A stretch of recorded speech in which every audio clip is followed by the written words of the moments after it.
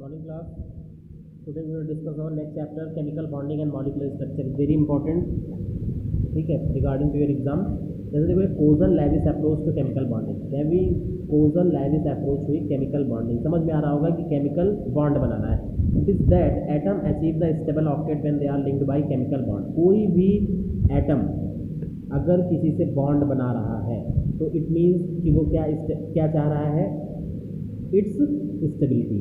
For example, अगर HCl के साथ बॉन्ड बनाता है, सबको पता है H और Cl के बीच में सिंगल बॉन्ड होता है। कैसे होता है मैंने बहुत बार बताया, क्लास 9th और 10th का बेसिस है, इसको बार बार रिपीट नहीं करेंगे।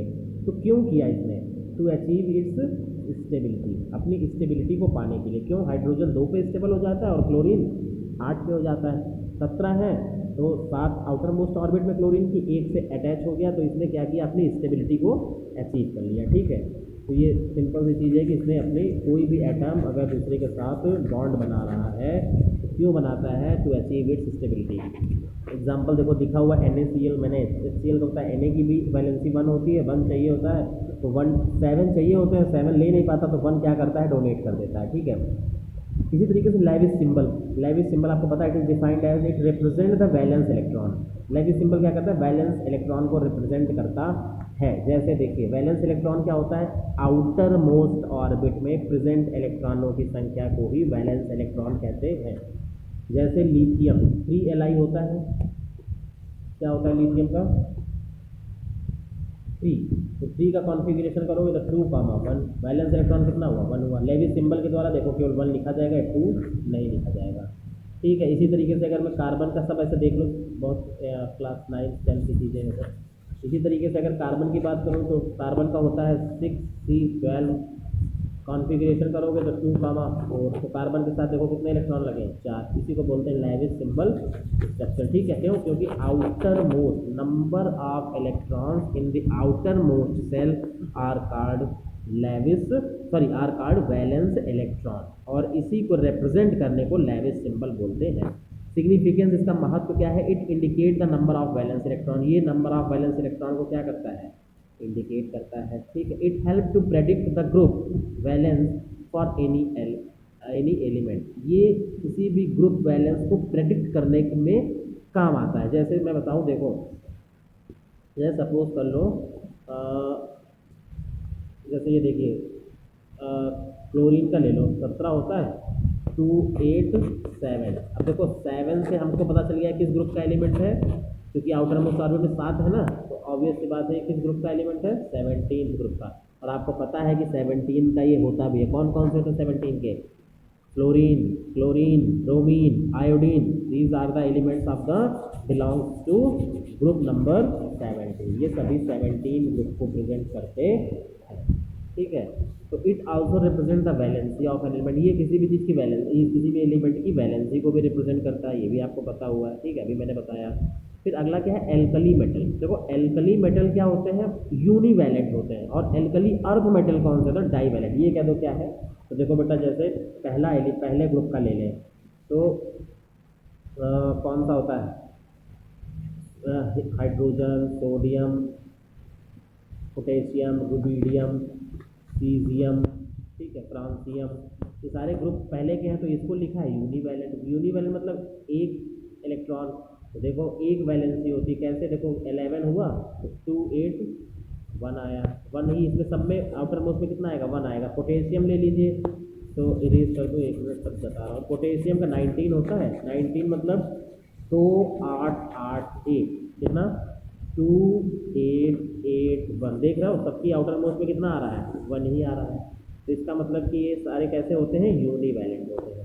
अब अगर डाई वैलेंट की बात करूं तो जो एल्कली मेटल के जस्ट बाद वाला कौन सा ग्रुप होता है? एल्कली अर्थ मेटल होता है। कौन सा होता है? एल्कली अर्थ मेटल होता है। ठीक है, अब इसमें जैसे क्या, ये डाई वैलेंट कैसे हुआ? जैसे देखिए मैंने बताया कि कोई भी ले लो एल्कली अर्थ मेटल, जैसे मैं कह दूँ कि मैग्नीशियम। ठीक है, अब देखिए मैग्नीशियम 2, 12 होता है ना, 2, 8, 2, 12 हो गया। तो देखो इसकी लास्ट आउटर मोस्ट में कितना आया? 2 आया। मतलब इसे सभी में क्या आएगा? 2 वैलेंसी आएगी, इसीलिए इसको डाई वैलेंट बोलते हैं। ठीक है, बाकी इसमें कुछ भी नया नहीं है। फिर है फॉर्मेशन ऑफ आयनिक कंपाउंड और इलेक्ट्रोवैलेंट। आयनिक कंपाउंड इलेक्ट्रोवैलेंट का formation, it is formed by transfer of electron. ये इलेक्ट्रॉन के ट्रांसफर से होता है। The electrostatic force exist between them, इनके बीच में क्या होता है, इलेक्ट्रिक फोर्स लगता है, इलेक्ट्रोस्टैटिक फोर्स लगता है। जैसे देखो Na प्लस और Cl माइनस, कैसे प्लस में आए पता है, मैंने बहुत बार बताया है। क्यों? क्योंकि 11 होती है कॉन्फ़िगरेशन, तो 2 8 1 का कॉन्फ़िगरेशन होगा, तो एक क्या कर देता है, डोनेट कर देता है, एक क्या कर देगा, ये डोनेट कर देगा, तो प्लस में आ जाता है। Cl क्या करता है, एक ले लेता है, तो इसलिए माइनस में आ जाता है। ठीक है, फिर अब दोनों के बीच में कौन सा फोर्स लग रहा है, देखो ऑब्वियस सी बात है कि प्लस माइनस को क्या करेगा, अट्रैक्ट करेगा, तो कौन सा फोर्स लगेगा, इलेक्ट्रोस्टैटिक फोर्स। ठीक है, electrostatic force exist between them. फिर है factor ionization energy, lower the ionization energy will form of cation. Cation में क्या होता है, आयनाइजेशन एनर्जी क्या होती है, लोअर होती है। आयनाइजेशन एनर्जी मैंने बहुत बार एक्सप्लेन किया है, the energy required to remove an electron from the from its outer most orbit. ठीक है, आयनाइजेशन एनर्जी क्या होती है कि किसी भी एटम से, उसकी बाहरी कक्षा से जो इलेक्ट्रॉन को निकालने के लिए एनर्जी देने की आवश्यकता होती है, that is called the ionization energy. ठीक है, तो कैटायन में आयनाइजेशन एनर्जी क्या होती है, कम होती है। ठीक है, फिर electron gain enthalpy, it should have higher negative value. Electron gain enthalpy क्या होगा, अगर सुनो मतलब कि इलेक्ट्रॉन गेन करने की क्षमता, जैसे देखो अगर मैं बात करूं कि क्लोरीन और फ्लोरीन में बात करूं, ठीक है, तो फ्लोरीन की इलेक्ट्रॉन गेन एंथैल्पी ज़्यादा है इन कंपैरिजन टू क्लोरीन। क्यों? क्योंकि जितनी ज़्यादा वैल्यू होगी एटम की, ठीक है, जैसे देखो 9 है यहाँ पे और ये कितना है, फ्लोरीन है, ये तो 17 होता है। ठीक है, 17, अब 17 वाले की अगर एक इलेक्ट्रॉन रखा हुआ है तो फ्लोरीन इसको अडॉप्ट नहीं कर पाएगा जितना जल्दी फ्लोरीन कर लेगा। तो इलेक्ट्रॉन गेन एंथैल्पी क्या होता है कि अगर कोई पूछेगा, इसी को इलेक्ट्रॉन एफिनिटी भी बोलते हैं, to bond formation, to form the bond, how faster it can take the electron. कि आपने आपको ऑक्टेट कंप्लीट करने के लिए कितना जल्दी से वो किसी भी इलेक्ट्रॉन को अट्रैक्ट कर ले रहा है, that is called the electron gain enthalpy. Electron affinity भी इसी को बोलते हैं। लैटिस एनर्जी क्या होती है, it is the energy release with free ions combined together to form one crystal. देखो एक लैटिस मैंने बताया है कि अगर मैं बात करूँ लैटिस क्या है, तो देखिए लैटिस यूनिट सेल से मिलकर बनता है। जैसे ऐसे ऐसे जब आप सॉलिड स्टेट आओगे 12th तब पढ़ोगे, ठीक है, ये कोई भी समझो ऐसे ऐसे, देखो मैं बता रहा हूँ फिर से, देखो जैसे एक क्यूब ले लो, ठीक है, तो इसमें इलेक्ट्रॉन्स कहाँ कहाँ होते हैं, यहाँ यहाँ पर होते हैं, ठीक है, साइड साइड में, और अब ये मिल करके क्या बना रहे हैं, लैटिस का फॉर्म करते हैं। क्या बनाते हैं, दे फॉर्म द लैटिस।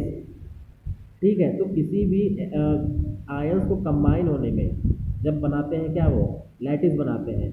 जो एनर्जी रिलीज होती है उसी को बोलते हैं लैटिस एनर्जी, उसी को क्या बोलते हैं, लैटिस एनर्जी। अगर दूसरे एटम से कंबाइन हो रहा है तो ऑब्वियस सी बात है एनर्जी लगेगी तो रिलीज होगी, और रिलीज होगी तो फिर वो इसी एनर्जी को क्या बोलते हैं, लैटिस एनर्जी। भाई कोई भी एटम ऑटोमेटिक नहीं अटैच हो जाएगा, वो कुछ ना कुछ एनर्जी रिलीज करेगा। जैसे देखिए सोडियम एक इलेक्ट्रॉन रिलीज करता है, सबको पता है, तो इसकी एनर्जी कितनी है, 495.8 किलो जूल पर एटम। क्लोरीन एक क्या करता है, एक्सेप्ट करता है, तो इसकी क्या हो जाएगी, माइनस, इसमें क्या होती है 348.68 किलो जूल पर एटम। देख रहे हो इसमें कितनी एनर्जी, देखो इसमें ज़्यादा एनर्जी रिलीज होती है ना, देखो देख रहे हो, और इसमें कितना कम एनर्जी रिलीज हो रही है। क्यों? क्योंकि इसकी इलेक्ट्रॉन एफिनिटी कम है, इसकी इलेक्ट्रॉन एफिनिटी बहुत ज़्यादा है। इसको इलेक्ट्रॉन लेने के लिए बहुत मेहनत करनी पड़ेगी, इसको सोडियम को या त्यागने के लिए, और इसको बहुत कम करनी पड़ेगी। ठीक है, इसीलिए इसकी वैल्यू इतना कम है। फिर इन फॉर्मेशन लैटिस, देखो लैटिस फॉर्मेशन क्या होता है, इन निगेटिव का मतलब क्या होता है कि एनर्जी क्या कर रहा है, वो रिलीज कर रहा है। ठीक है, और in breaking lattice energy positive, lattice energy को ब्रेक करने में एनर्जी क्या चाहिए, पॉजिटिव चाहिए। क्यों? क्योंकि तोड़ोगे अगर उसको, किसी भी लैटिस के एटम्स को ब्रेक करोगे तो उसमें आपको एनर्जी चाहिए होगी। ठीक है, फिर है factor size of ion. Size, अब ये समझना बहुत अच्छा है, smaller the size of ion then more electrostatic force of attraction force and more lattice energy is reduce. देखो अगर आयन की साइज छोटी है, ठीक है, तो क्या हो जाएगा, more electrostatic force of attraction, more lattice energy is reduce. अगर साइज छोटी है तो फोर्स ऑफ अट्रैक्शन समझो ऐसे, बहुत बेसिक चीज़ है। अगर मैंने कहा सोडियम, सोडियम ले लो, इसमें 3 ऑर्बिट होती है, ठीक। इसी जगह पे कोई इलेक्ट्रॉन, कोई एटम ले लो जिसमें केवल 2 ऑर्बिट होती है, 1 ऑर्बिट होती है सपोज करो, तो 1 ऑर्बिट वाले का फोर्स बहुत ज़्यादा लगेगा, न्यूक्लियस बहुत ज़्यादा फोर्स लगाएगा पहली वाली पे, ठीक है। क्यों? क्योंकि इसकी साइज छोटी, इसमें उतना तीसरी ऑर्बिट पर, थर्ड ऑर्बिट पर इतना फोर्स ऑफ अट्रैक्शन एक्सर्ट नहीं होता है। समझ रहे हो बात को?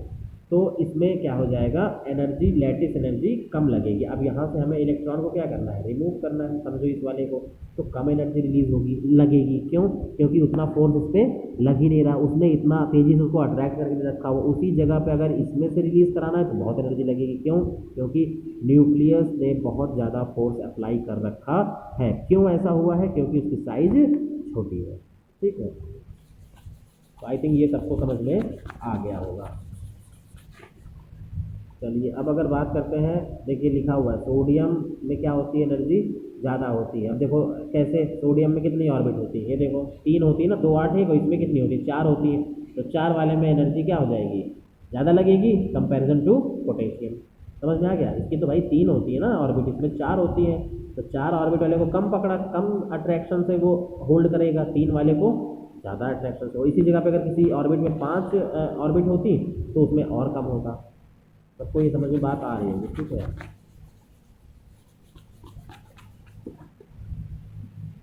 चलिए आगे देखते हैं, charge on ion, if charge of ion is more than more electrostatic force of attraction is used. अगर चार्ज आयन ज़्यादा है तो उसमें फोर्स ऑफ अट्रैक्शन भी क्या लगेगा, ज़्यादा। अगर किसी में +2 है तो इट मीन्स वो ज़्यादा फोर्स लगा रहा है, +1 है तो इट मीन्स वो कम फोर्स लगा रहा है। Covalent bond, it is formed by the sharing of, covalent bond क्या होता है, सहसंयोजक बंध होता है। मैंने 12 बताया कि 2 इलेक्ट्रॉन एक दूसरे से इलेक्ट्रॉन क्या कर लेते हैं, शेयर कर लेते हैं। फिर है Lewis dot structure, it can be adopt by following step, the total number of electron required for writing. देखो लेविस डॉट स्ट्रक्चर मैंने बताया हुआ है, जैसे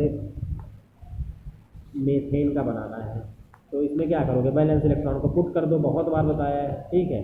और H को 4 पुट कर दो, एक यहाँ, एक यहाँ, एक यहाँ, एक, 4 हो गए। तो यही क्या है, लेविस बॉन्ड स्ट्रक्चर। सब एक दूसरे से क्या कर लेंगे, एक एक इलेक्ट्रॉन का शेयर कर लेंगे, ठीक है। ये आपने क्लास 10 में भी पढ़ा होगा, 9th में भी मैंने इसको पढ़ाया हुआ है।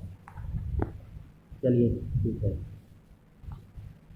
फिर आगे देखते हैं, नोइंग द, ये सिंपल चीज़ें आप समझ लेना इसको। हाँ देखो ये ओजोन, ये थोड़ा सा समझने वाला है कि ओजोन क्या है। देखो ओजोन मतलब कि ओजोन रिजोनेंस पहली बात तो शो करता है। कैसे? देखो जैसे यहाँ पे एक स्ट्रक्चर दिया गया है, ये 3 ओजोन हो गए हैं। देखो ऑक्सीजन के पास कितना होता है, 8 होता है, वैलेंस इलेक्ट्रॉन कितना हो जाता है, 2 का 6। देखो इसने 6 बनाया है, 2 2 4 2 6, इसके पास भी 2 2 4, और यहाँ पर एक क्या कर रहा है, त्याग दे रहा है। मैं बता रहा हूँ क्यों ऐसा कर रहा है। देखो यहाँ पे भी 2 2 4, और इसने एक क्या कर लिया है, ले लिया है, तब जाके 6 हुआ है। देखो ऐसा इसलिए होता है क्योंकि ये रिजोनेंस शो करता है। रिजोनेंस शो करने का ये मतलब है कि अगर काउंट, अगर 6 6 दोनों रख लेंगे ना, तो देखो यहाँ भी 6 हो गए, यहाँ भी 6 हो गए, यहाँ भी, ये कितने हो जाएंगे भाई, 2 से बॉन्ड ये बनाएगा 8, और इसके पास 10 हो जाएगा। समझ रहे हो बात मेरी? चलो नहीं समझ रहे हो तो फिर से इसको लास्ट की को एक्सप्लेन करते हो। जैसे देखिए, जैसे मैंने कहा कि ये एक ऑक्सीजन के पास, ये एक ऑक्सीजन और ये एक ऑक्सीजन, समझना इस बात को समझिएगा। इसके पास भी 6 रख दो, इसके पास भी 6 रख दो, इसके पास भी, तो दोनों दो बॉन्ड का साझा करेंगे, तो इसके पास साझा किए तो कितना हो गया, 8 हो गए। अब देखो यही 8 हो गया, ठीक है, इसको नीले से करना है। अब देखो 8 हो गए, इसने भी साझा किया तो इसके पास भी 8 हो गए। अब ये इससे साझा किया तो 8 कंप्लीट होगा, चलो सही है, लेकिन ये इसके साथ भी तो बॉन्ड बनाएगा, और बनाएगा तो 2 इसके साथ भी इसने क्या किया, शेयर किया।